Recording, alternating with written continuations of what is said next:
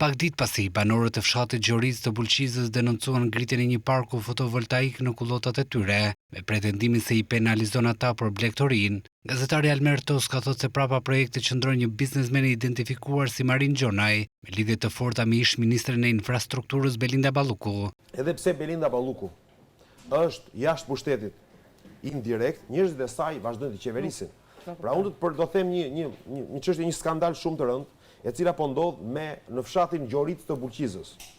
Një oligark, një broker energjie i afër me Belinda Balluku, një oligark i quajtur Marin Gjonaj, po i rëmben me vendimin e Këshillit Bashkiak dhe me ndihmën e kryetarës Bashkisë Bulqizës, që është e besuara Ballukut, po i rëmben pronat banorëve të Bulqizës që janë kullota dhe një pjesë jetike e ekonomisë së tyre. Po si po ja rëmben? Tani, me vendim të Këshillit Bashkiak, është miratuar dhënia, pra është dhënia e kullotave dhe tokave të punueshme, është dhënë për përdorim për ndërtim park fotovoltaik për Marin Gjonaj, oligarku dhe brokeri më i besuar i Belinda Ballukut. Nga ana tjetër, Bashkia e Bulqizës ka hedhur në ankant për investime të ndryshme në disa zona për ndërtimin e parqeve fotovoltaike.